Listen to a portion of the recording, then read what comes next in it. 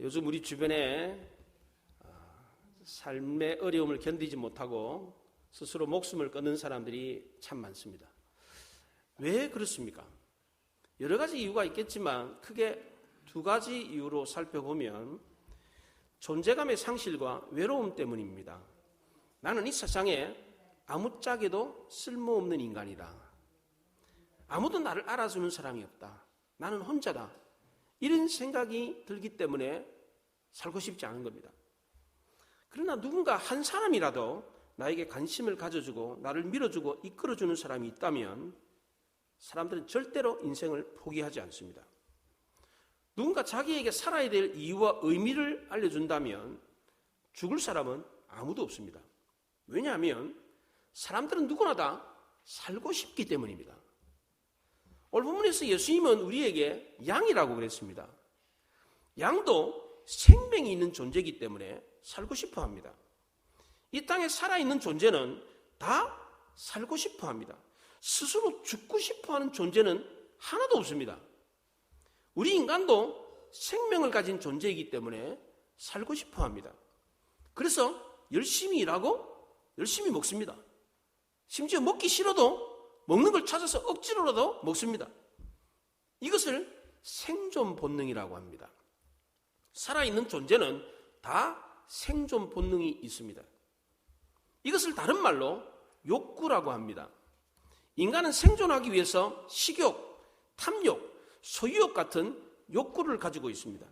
그런데 이 욕구가 생존의 목적이 아니라 욕구 충족이 목적이 되면 문제가 발생합니다. 생존이 목적이라면 더 이상 욕심을 부릴 필요가 없습니다. 그런데 생존이 목적이 아니라 자기 욕구 충족이 목적이 되면 그 이상을 요구합니다. 더 많이 가지려고 합니다. 심지어 남의 것을 빼앗아서까지 자기 것으로 만들려고 그럽니다. 짐승은 자기 욕구가 충족이 되면 옆에 먹을거리가 있어도 거들떠도 보지 않습니다. 그런데 인간은 자기 욕구가 충족이 되어도 필요한 만큼 채워줬는데도 불구하고 그 이상의 것을 요구합니다. 이것이 우리 사회에 문제를 일으키고 있습니다. 또한 생존 본능에는 강한 자에게는 약하고 약한 자에게는 강한 모습을 드러내는 특징이 있습니다. 그래야 살아남으니까. 그렇잖아요. 강한 사람한테 덤 뺐다가는 맞아 죽어요. 그렇잖아요. 그래서 강한 사람 앞에서는 약하고 약한 사람 앞에서는 강한 모습을 보이는 게 특징입니다. 이건 역시도 우리 사회를 병들게 합니다. 유전무죄, 무전유죄라는 말이 바로 이런 이유 때문에 나오는 겁니다. 강자는 뭘 해도 괜찮고 인정을 받는 반면에 약자는 뭘 해도 무시당하고 괴로움당하고 서러움을 겪으면서 삽니다. 우리가 사는 세상은 그래서 불평등과 모순이 존재합니다. 이런 문제가 있기 때문에 누군가 간섭하고 조종해 주는 자가 없으면 불평등과 모순이 사라지지 않습니다. 스스로 생존할 능력이 없는 약자들은 누구를 의지하며 살겠습니까? 맨날 얻어 터지면서 그냥 괴로움 당하면서 서럽게 사는 겁니다. 하나님은 인간에게 불쌍히 여기는 마음을 주셨습니다. 모든 인간에게 이런 마음을 줬어요. 이게 바로 이런 이유 때문입니다. 인간이라면 가난하고 병든 사람, 억울하고 답답한 일을 겪는 사람들을 보면 불쌍한 마음이 듭니다. 안 듭니까, 여러분들? 안 드는 사람이 인간이 아니에요. 예. 하나님이 인간에게 왜 이런 마음을 줬습니까? 모든 사람들이 누구나 다 행복하게 살도록 하기 위해서입니다. 하나님이 인간에게 이런 마음을 주신 것은 하나님 마음이 그러하기 때문입니다. 가난하고 병든 사람 보면 불쌍한 마음이 들고 억울하고 서러운 일을 겪은 사람을 보면 도와주고 싶은 마음이 드는 것, 이게 인간의 본성의 마음입니다. 우리를 만드신 하나님의 마음도 그러하기 때문에 우리 인간에게 그런 마음을 주었습니다. 요한복음 오늘 본문 10장 바로 앞에 9장의 마지막 절을 보면 바리새인들이 우리도 맹인입니까? 라고 예수님께 물었더니 예수님이 너희가 맹인이었더라면 죄가 없으려니와 본다고 하니까 너희 죄가 그대로 있느니라 이렇게 말씀하셨어요. 예수님은 종교 지도자 바리새인들의 무지와 이 도둑놈 십보를 신랄하게 비판을 했습니다. 바리새인들은 가난하고 병든 사람들을 무시하고 자기네들만 잘난 줄 알고 살았습니다. 예수님은 이런 사람들을 보고 도둑이다, 강도다 이렇게 말을 했습니다. 이런 사람들은 자기만 잘 살면 그만이에요. 심지어 이런 사람들은 남의 행복까지 빼앗아가지고 자기 행복을 추구하려고 합니다. 그런데 우리 예수님은 그렇지 않았습니다. 자기 희생과 수고를 아끼지 않으면서 남을 행복하게 하는 분이었습니다. 그래서 예수님은 오늘 본문 2절에서 자기를 가리켜 양의 목자다 이렇게 말을 했습니다. 여기 목자라는 말은 풀을 뜯긴다, 돌본다, 지킨다 이런 뜻에서 만들어진 단어입니다. 밥을 먹이고 돌보고 지키는 거, 이거는 부모가 자식을 키우는 일과 같은 겁니다. 우리 예수님은 양들의 영적인 아버지와 같았습니다. 또 예수님은 3절에서 자신을 문지기다라고 소개를 했습니다. 팔레스틴의 목자들은 밤이 되면 양들을 들에서 끌고 와가지고 우리에 넣는데 개인 집집마다 우리가 있는 게 아니었습니다. 마을에 공동우리가 있습니다. 그럼 그 공동우리에다가 양을 집어넣고 그 우리 입구에서 양들이 누워서 잠을 잡니다. 그럼 그게 곧 문이 되는 겁니다. 그게. 그래서 목자가 곧 문지기가 되는 겁니다. 목자들은 문 앞에서 잠을 자는 희생을 하면서까지 양들을 지키는, 그래서 자기 몸을 문이다 이렇게 말을 했습니다. 이런 희생과 수고가 있기 때문에 양들은 안전하고 행복할 수 있는 것입니다. 병든 양이든 약한 양이든 어떤 모습을 가지고 있든지 간에 모든 양들은 다 목자의 사랑과 도움을 받기 때문에 행복할 수 있는 것입니다. 그런데 그 당시 종교 지도자들은 부모가 자식을 대하듯이 백성들을 다룬 게 아니었습니다. 영혼을 도둑질하는 마귀처럼 자기의 행복과 유익을 위해서 사악한 방법으로 백성들을 착취하고 괴롭혔습니다. 그래서 예수님은 이들에게 도둑이다, 강도다 이렇게 말씀을 하셨던 겁니다. 세상에 도둑놈하고 강도만 있으면 우리가 어떻게 살겠습니까? 그렇잖아요. 다 도둑놈이고 강도만 있어 어떻게 살겠습니까? 그런데 다행히 이 험악한 세상에 연약한 모습으로 살고 있는 우리가 행복할 수 있는 것은 선한 목자가 있기 때문입니다.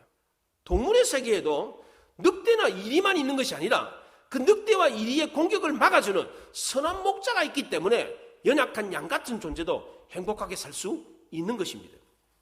그럼 도대체 그 선한 목자가 양들을 어떻게 인도하길래 양들이 행복하게 살 수 있는 것입니까? 첫째는 그 선한 목자가 양을 알기 때문입니다. 선한 목자는 양과 인격적인 관계를 맺고 있습니다. 그래서 3절에 문지기는 그를 위하여 문을 열고 양을 그의 음성을 듣나니 그가 자기 양의 이름을 각각 불러 인도하여 내느니라 그랬습니다. 선한 목자는 양들의 이름을 각각 붙여줍니다. 팔레스틴의 목자들은 양들의 모양과 특색에 따라서 이름을 짓습니다. 우리나라도 마찬가지잖아요. 강아지 이름 지을 때에 그렇게 하잖아요. 바둑이, 전박이, 누룽이, 얼룩이 이러면서 이름을 짓잖아요. 이와 마찬가지로 팔레스틴 목자들도 양들의 그 생김새를 보고 그 특징을 보고 이름을 지어줍니다. 그리고 우리에서 부를 때도 야, 다 나와 이렇게 부르지 않고 양들의 이름을 각각 부르면서 불러냅니다. 그런데 양들이 자기 이름을 듣고 신기하게 쭉 목자에게는 몰려듭니다. 1994년에 유태인 감독 스티븐 스필버그의 신들러 리스트라고 하는 유명한 영화가 만들어졌습니다. 이 영화는 독일 사업가 오스카 신들러가 홀로코스트 당시에 1100명의 유태인들을 살렸던 그 실화를 바탕으로 만들어진 영화입니다. 이 영화의 내용에 이런 내용이 나옵니다. 주인공 독일 사업가가 신들러가 직원들의 이름을 기억을 하고 있었습니다. 신들러가 그 공장에 직원들 이름을 기억을 해내면 조수가 바로 타이핑을 하는 겁니다. 이름을 타이핑을 합니다. 그럼 그 이름이 타이핑된 사람은 가스실로 가지 않고 신들러의 공장으로 갔습니다. 그래서 신들러는 한 사람이라도 더 가스실로 안 보내려고 그 직원들의 이름을 기억하려고 무진장 애를 썼습니다. 어린아이들의 이름들까지 막 기억해내려고 막 애를 썼어요. 그 이름이 기억이 나지 않으면 너무 안타까워하면서 무려 1100명의 이름을 기억해냈습니다. 그 이름이 기록된 사람은 죽지 않고 살아남았습니다. 영화 마지막 부분에 훗날 신들러가 죽은 그 묘지에 수많은 유태인들이 모여가지고 그 무덤 위에다가 돌을 하나씩 올려놓는 장면이 나옵니다. 자기 이름을 기억해줘서 살았던 수많은 사람들이 모여가지고 이 신들의 고마움을 표시하는 모습으로 영화가 끝이 납니다. 사람의 이름을 기억한다는 것은 쉬운 게 아닙니다. 여러분, 모르는 사람 10명 이렇게 앉혀놓고 이름을 기억하고 다음날 그 이름을 불러줘야 되는데 여러분들 몇 명이나 할 수 있겠습니까? 몇 명 할 수 있을 것 같아요? 모르는 사람 10명 앉혀놓고 이름을 서로 소개했어. 그리고 헤어지고 난 뒤에 다음날 다시 그 사람 이름을 불러줘야 되는데 몇 명 부를 수 있을 것 같아요? 5명? 10명도 못 부릅니다. 개인과 친밀한 관계를 맺고 있지 않는 한 그 사람의 이름을 기억하기란 쉽지가 않습니다. 그런데 선한 목자이신 예수님은 한 사람 한 사람 이름을 다 기억하고 불러주었습니다. 만약 우리 주님이 우리의 이름을 불러주시지 않는다면 우리는 영원한 지옥 형벌에 떨어질 수밖에 없습니다. 여러분은 주님이 나를 부르시고 나에게 은혜를 베푸시고 나를 이끌었던 그 놀라운 체험들을 얼마나 하셨습니까? 사랑받지 못하는 사람은 살아도 사는 게 아닙니다. 예수님이 우리 한 사람 한 사람의 이름을 불러주셨을 때 우리는 비로소 이 땅을 사는 이유와 목적을 알게 되고 행복해질 수가 있습니다. 이름을 부른다라고 하는 구절을 보면 시인 김춘수 작가의 꽃이라고 하는 시가 생각이 납니다. 너무나도 유명한 시입니다. 내가 그의 이름을 불러주기 전에는 그는 다만 하나의 몸짓에 지나지 않았다. 내가 그의 이름을 불러주었을 때 그는 나에게로 와서 꽃이 되었다. 우리는 단지 무의미한 이름 없는 하나의 몸짓에 지나지 않았습니다. 그런데 전능하신 하나님, 천지 만물을 만드신 창조주 하나님이 우리의 이름을 불러주었을 때 우리는 고귀한 존재가 되었습니다. 살아갈 이유를 알게 되었습니다. 우리 주님이 우리를 꽃다운 꽃처럼, 아름다운 꽃처럼 여기시고 불러주시는 겁니다. 이 세상에 많은 사람들이 지금 자기 스스로 목숨을 끊는데 왜 그렇다고요? 자기 관심을 가져주는 사람들이 아무도 없기 때문입니다. 살아야 될 이유와 목적을 알려주는 사람이 단 한 사람만 더 있다면 절대로 죽지 않습니다. 하나님이 우리 한 사람 한 사람의 이름을 기억하고 우리를 불러주십니다. 아담이 범죄해서 숨었을 때 야 나와라! 이렇게 불렀습니까? 그렇지 않습니다. 아담아 아담아 너가 어디 있느냐? 이름을 불렀습니다. 아브라함이 75세에 늙은 나이에 아무런 소망도 없이 광야를 배회할 때에 아브라함아 아브라함아 이름을 불러주었습니다. 모세가 살인을 저지르고 미디안 강요로 도망가가지고 유립방황하는 인생을 살 때에 가시떨기 나무 불 가운데서 모세야 모세야 모세의 이름을 불렀습니다. 성경에는 하나님이 우리의 이름을 부르는 내용들이 너무나도 많습니다. 야곱아 내 이름을 다시는 야곱이라 하지 말고 이스라엘이라 하라. 이름을 바꾸어 주면서까지 이름을 불러주었습니다.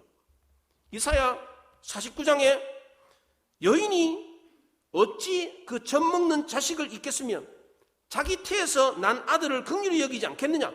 그들은 혹시 잊을지라도 나는 너를 잊지 아니할 것이라 그랬습니다. 부모가 자식을 잊는다고 할지라도 나는 절대로 잊어버리지 않겠다. 그렇게 말씀했습니다. 하나님은 계속해서 우리의 이름을 개별적으로 부르면서 우리를 부르고 인도하십니다. 출애굽기 33장에 모세가 하나님께 그럽니다. 하나님은 나를 이름으로도 알고 불렀습니다. 이렇게 말을 합니다. 하나님과 나는 보통 사이가 아닙니다. 하나님이 나를 이름으로 불렀잖아요. 그러니까 이스라엘 백성들 용서해 주세요. 내 기도 들어주세요. 이렇게 매달렸습니다. 하나님은 우리를 이름으로 아십니다. 대통령이 국민들에게 연설을 할 때 그러잖아요. 사랑하고 존경하는 국민 여러분. 그런데 그 대통령이 우리의 이름을 불러줍니까? 하나님 외에 이 땅에 어떤 신이 우리의 이름을 알고 있습니까? 세상에 어떤 신이 어떤 종교가 우리 이름을 안다고 그럽니까? 이름으로 안다는 말은 한 사람 한 사람을 개별적으로 친밀하게 안다, 이런 뜻입니다. 하나님은 우리를 얼굴만 아는 게 아닙니다. 아주 친밀하게 가깝게 우리를 알고 계십니다. 시편 139편에 주께서 내가 앉고 일어섬을 아시고 멀리서도 생각을 밝히 아시고 내 모든 것을, 내 눕는 것을, 내 모든 행위를, 내 혀의 모든 말도 다 아신다 그랬어요. 하나님은 우리의 모든 것을 다 알고 계십니다. 그런데 다 안다는 것은 좋을 수도 있지만 안 좋을 수도 있어요. 사실 우리가 사람을 사랑하는 것은 그 사람을 알기 때문입니다. 모르면 사랑할 수가 없습니다. 모르는 사람 어떻게 사랑합니까? 알기 때문에 사랑하는 겁니다. 그런데 만약 우리가 그 사람을 알기는 아는데 그 사람의 나쁜 점까지 다 안다면 사랑할 수 있겠습니까? 금방 정 떨어질 겁니다. 우리가 누군가를 사랑하는 것은 나쁜 점보다는 좋은 점이 더 많기 때문입니다. 그래서 그 사람이 아름답게 사랑스럽게 느껴지는 것입니다. 하지만 그 사람의 추한 점을 너무나도 많이 알아. 생각지도 못했던 더 나쁜 점이 있다는 것을 알면 그 아름다운 모습이 싹 사라집니다. 그렇잖아요? 그런데 우리 하나님은 우리의 좋은 점, 나쁜 점 다 알아요. 그런데도 하나님은 그런데도 불구하고 우리를 어떻게 하세요? 사랑하신다는 거예요. 우리가 연애를 하면 상대방의 이름을 불러주잖아요. 누구시, 누구야 이렇게 이름을 부르잖아요. 이름만 불러도 가슴이 찌릿찌릿합니다. 안 그런가요? 안 그래요? 연애할 때 안 해보셨나? 누구시 이렇게 부르면 그냥 막 부르기만 해도 듣기만 해도 그냥 막 가슴이 설레고 막 그래요. 그런데 결혼해가지고 한 집에서 살잖아요. 그럼 다 알게 돼요. 방귀 뀌는 소리, 뭐 트름 하는 소리, 뭐 입냄새, 코 고는 소리까지 다 알아요. 이게 좋습니까 이게? 안 좋지. 그래서 결혼하고 나면 이름 안 불러요. 뭐라고 불러요? 여보 이렇게 불러요. 근데 우리 하나님은 지금도 우리를 어떻게 불러요? 이름으로 부르신다는 거예요. 이름으로. 하나님은 우리의 이름만 불러도 가슴이 찌릿찌릿해. 내가 너를 여전히 신비롭고 존귀하고 사랑스러운 존재로 여긴다. 하나님 우리를 속속들이 다 아시는데도 불구하고 마치 처음 만난 여인처럼 그렇게 가슴 설레이는 마음으로 우리를 만나시고 우리를 부르신다는 거예요. 선한 목자이신 우리 주님은 우리를 이렇게 이름을 부르면서 우리를 아시고 우리의 필요를 채워주시는 겁니다. 저는 지금 여러분을 집단적으로 만나고 있습니다. 그래서 저는 지금 여러분들이 무슨 생각을 하고 이 설교를 듣고는 있는지 알 수가 없어요. 설교를 들으면서 딴 생각을 하는지 무슨 생각을 하는지 알 수가 없어요. 그런데 우리 주님은 우리를 개별적으로 다 아십니다. 무슨 생각을 하고 있는지, 무슨 마음으로 이 자리에 와 앉아 있는지, 무엇이 필요해서 기도를 하는지, 무슨 어려움이 있어서 괴로움을 겪고 있는지 다 알고 계십니다. 우리가 이걸 알면 하나님과 친밀한 관계를 가질 수가 있습니다. 하나님과 깊은 대화를 나눌 수가 있어요. 기도가 깊어집니다. 찬양을 불러도 그 찬양에 은혜가 있습니다. 예배를 드려도 이런 마음을 가지고 예배를 드리면 하나님이 내가 이런 사정으로 이런 마음을 가지고 이런 상황에 예배를 드리는 걸 하나님이 다 아시는구나. 이걸 알면 예배에 깊은 은혜가 있습니다. 하나님의 음성을 드립니다. 하나님은 우리 한 사람 한 사람의 이름을 아신다고 했습니다. 이건 개별적으로 친밀하게 다 아신다는 뜻입니다. 그래서 우리는 하나님께 알려진 존재이고 의미 있는 존재이고 아름답고 존귀한 존재인 것입니다. 이렇게 우리를 친밀하게 잘 알고 아껴주시는 주님이 계시기 때문에 우리는 연약하지만 늘 실패하고 좌절하지만 그래도 행복할 수 있는 것입니다. 두 번째로 우리가 선한 목자의 인도를 받아 행복할 수 있는 이유는 선한 목자가 양들보다 앞서 인도하기 때문입니다. 4절에 보면 자기 양을 다 내놓은 후에 앞서가면 양들이 그 음성을 아는 거로 따라오되 그렇게 말을 했습니다. 목자는 양들을 우리에서만 가두어서 키우지 않습니다. 4절에 보면 양을 내놓는다 그랬는데 이 내놓는다는 말은 밖으로 집어 던진다 그런 뜻입니다. 강제적으로 밖으로 왜 목자가 양들을 바깥으로 우리 바깥으로 막 집어 던집니까? 예? 목자는 양들을 양육할 때에 양들 중에 목자의 말을 안 듣고 우리에서 안 나가고 버팅기는 양들이 있어요. 그냥 여기가 좁사오니 안 나가려고 하는 양들이 있어요. 이럴 때 목자는 강제적인 힘을 동원할 수밖에 없습니다. 그래서 우리 밖으로 끄집어내는 거예요. 이거는 그 양이 미워서가 아니라 그 양에게 더 큰 유익을 주기 위해서입니다.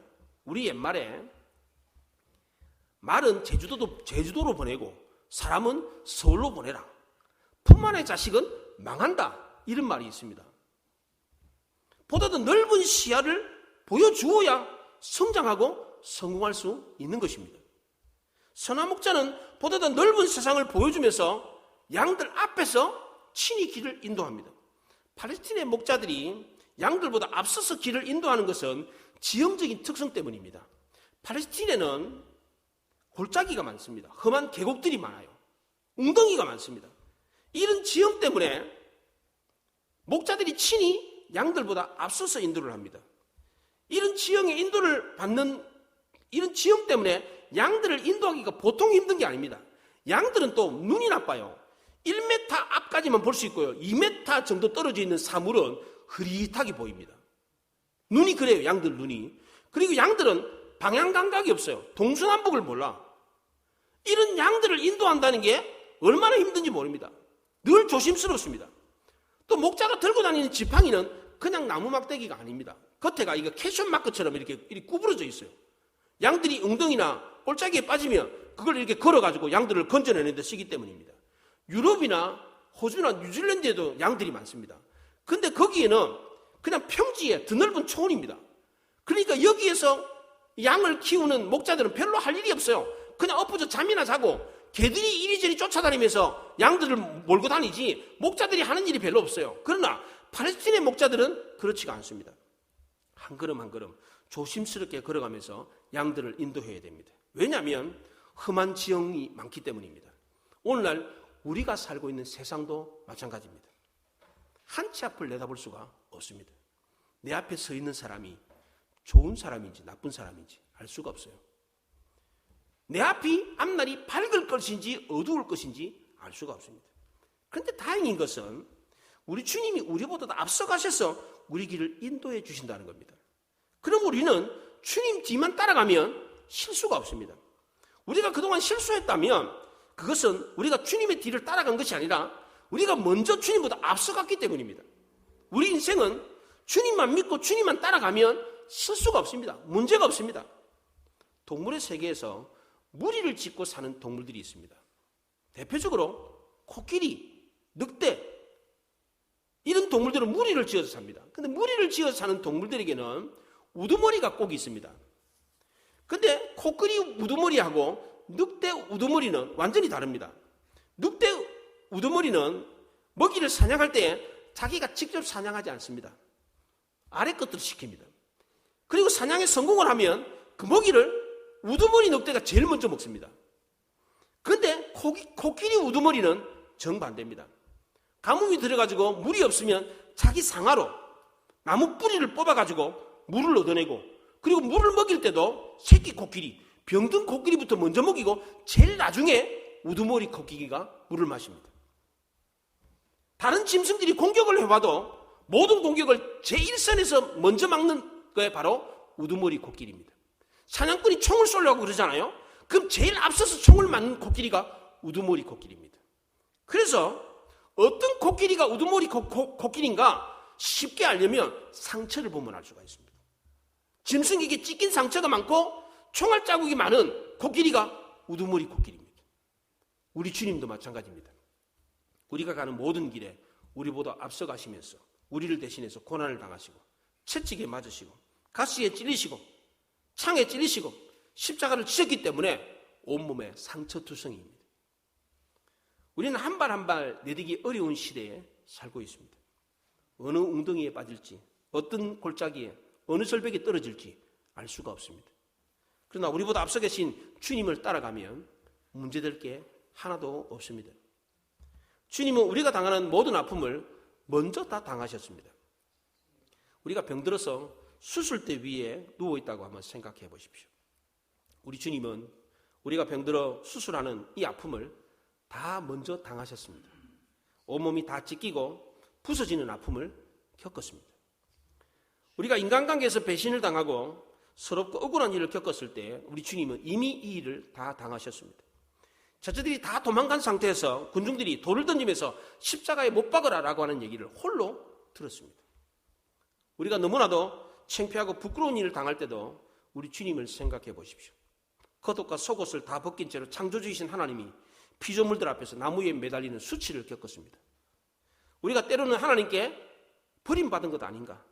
나는 왜 실패하고 말았는가? 이런 괴로움을 겪을 때도 주님을 생각해 보십시오. 나의 하나님, 나의 하나님, 어찌하여 나를 버리시나이까? 우리 주님은 하나님께 버림받는 것조차도 먼저 당하셨습니다. 우리가 경제적으로 어려움을 겪으면 얼마나 두렵습니까? 다음날 당장 먹을 끼니가 없어요. 방세가 없어가지고 길바닥에 나앉아야 될 상황이에요. 얼마나 두렵습니까? 이런 상황을 겪는다고 할지라도 주님이 나와 함께 하신다는 이 사실을, 이 말씀을 믿으시기 바랍니다. 다윗은 내가 사망의 엄침한 골짜기를 지날지라도 해를 두려워하지 않을 것은 주께서 나와 함께 하십니다. 주의 지팡이와 막대기가 나를 안위하시나이다. 그렇게 말을 했습니다. 우리가 믿는 하나님은 우리보다 늘 언제나 앞서서 예비하시고 우리 길을 인도해 주십니다.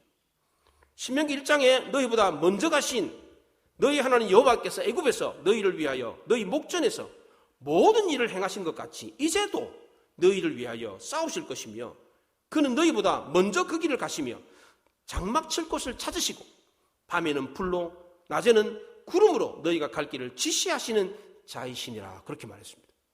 얼마나 위로가 됩니까?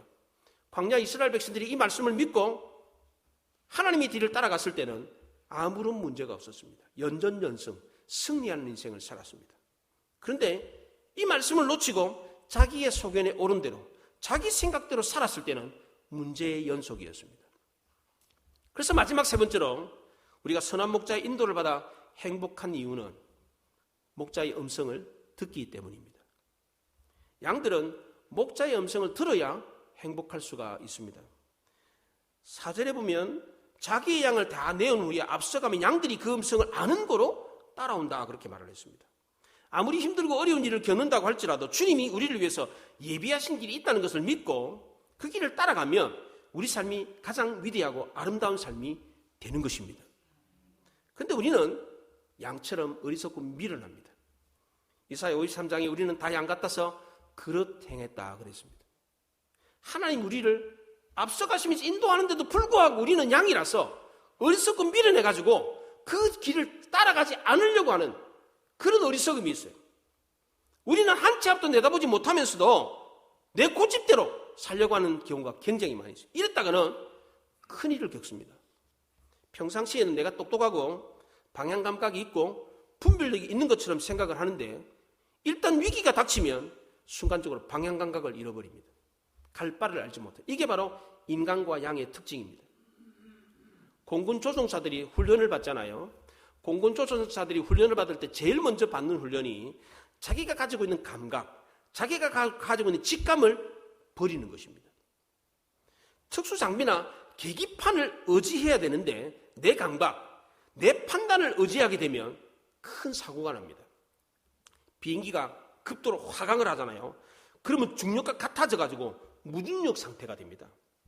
중력 가속도가 빠르면 빠를수록 내려올 때에 이게 팍 하고 내려오잖아요. 지구가 끌어당기는 힘이 느껴지지 않아요. 중력이 없으니까 몸의 위아래가 달라져. 내가 지금 위에 있는지 내 머리가 위에 있는지 아래에 있는지 이게 구분이 안 갑니다. 중력 가속도보다 빨리 이렇게 회전을 시키잖아요. 이렇게 막 돌리잖아요.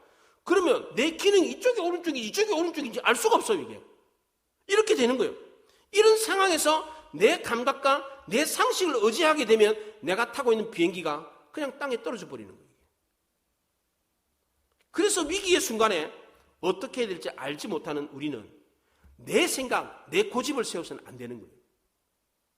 이럴 때 주의 음성에 귀를 기울이는 훈련이 되어 있는 사람은 아무리 위기를 만난다고 할지라도 금방 안정을 되찾을 수가 있습니다. 평소에 늘 말씀을 듣는 훈련이 되어 있는 사람은 위기의 때에 그 진가를 발휘합니다. 그런데 이런 위기의 때에 자기 감각, 자기 생각, 자기 상식을 믿고 고집을 부렸다가는 큰 일을 겪습니다. 건강한 양, 지혜로운 양은 늘 언제나 귀를 쫑긋 세우고 목자의 음성에 귀를 기울입니다.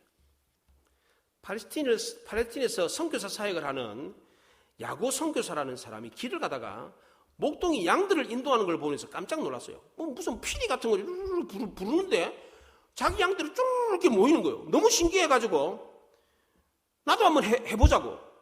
그래서 피리를 가가지고 그게 이제 목동이 가르쳐 주는 대로 소리 내는 방법을 가지고 똑같은 목소리, 똑같은 제스처, 똑같은 옷을 입고 똑같은 지팡이를 잡고 그렇게 양들을 불렀는데 단 한 마리도 고개도 들지 않고 쳐다보는 양도 없었어요. 막 소리를 지르고 배짓을 다 해도 양들이 아무 반응이 없었어. 너무 이상해가지고 목동 보고 다시 한번 해보라 그랬어요. 그래서 목동에게 자기 선교사가 입는 옷을 입히고 지팡이도 없고 겉옷도 없이 그냥 신호만 보냈는데 어떻게 하는지 양들이 쭉 그냥 목자들에게 모이더라는 거예요. 이게. 그래서 너무 신기해가지고 어떻게 해서 그렇게 된 거냐고 그랬더니 목자가 하는 말이 건강한 양은 자기 음성을 완벽하게 들을 수 있다는 거예요. 아무리 흉내를 해도 목자의 음성만큼은 정확하게 안다는 거예요. 그런데 가끔씩 다른 목자의 음성을 듣고 따라가는 양이 있대요. 그런 양이 있대. 그거 왜 그러냐? 그런 경우는 제정신이 아닐 때, 병들었을 때, 정신이 몽롱할 때 다른 목자의 음성을 듣고 따라간다는 거예요.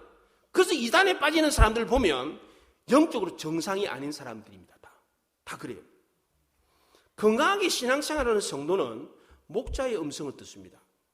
세상 사람들이 아무리 유혹하고 아무리 소리를 쳐도 반응도 하지 않습니다. 성도는 목자의 음성을 들어야 합니다. 왜 그렇습니까? 목자의 음성을 들어야 생명을 얻고 그 생명이 더 풍성해지기 때문입니다. 오늘 10절에 보면 도적이 오는 것은 도둑질하고 죽이고 멸망시키는 것뿐이요 내가 온 것은 양으로 생명을 얻게 하고 더 풍성히 얻게 하려는 것이라 그랬습니다. 양이 목자의 음성을 듣고 따라가는 것은 생존과 관련이 있습니다. 죽느냐 사느냐 이 문제입니다. 근데 이 죽느냐 사느냐는 생존의 문제는 이 땅에서만의 생존이 아닙니다. 저 하늘나라에서 영원히 사느냐 영원히 죽느냐 이 문제와 관련이 있는 겁니다. 그러니까 양들이 목자의 음성을 듣는 것은 이건 들어도 그만 안 들어도 그만이 아니에요. 이거는 생존에 달려있는 문제. 이 땅에서 생존뿐만 아니라 저 하늘나라에서 영원히 살 수 있느냐 영원히 죽느냐의 문제를 판가름하는 기준이 되기 때문에 너무나도 중요한 것입니다. 우리는 이 땅에 선한 목자를 알고 선한 목자를 따라가야 됩니다. 그래서 영원한 생명을 얻고 풍성한 삶을 누려야 됩니다. 뿐만 아니라 이런 삶을 통해 우리 주변의 많은 사람들도 선한 목자를 알고 따라갈 수 있도록 해야 합니다. 우리 인생을 공평하게 하고 외롭지 않게 하고 열심히 살 수 있도록 힘과 용기를 주고 누구나 행복하게 살 수 있도록 하는 선한 목자가 있다는 사실을 우리 삶을 통해서 알려주어야 됩니다. 이것이 바로 우리가 그리스도의 향기로 사는 것입니다. 이런 삶을 통해 우리도 선한 목자를 따라감으로 행복하고 이런 행복된 모습을 통해서 다른 사람들까지 행복의 길로 인도할 수 있는 우리 모두가 될 수 있기를 바랍니다. 기도하겠습니다. 말씀을 생각하며 기도합니다.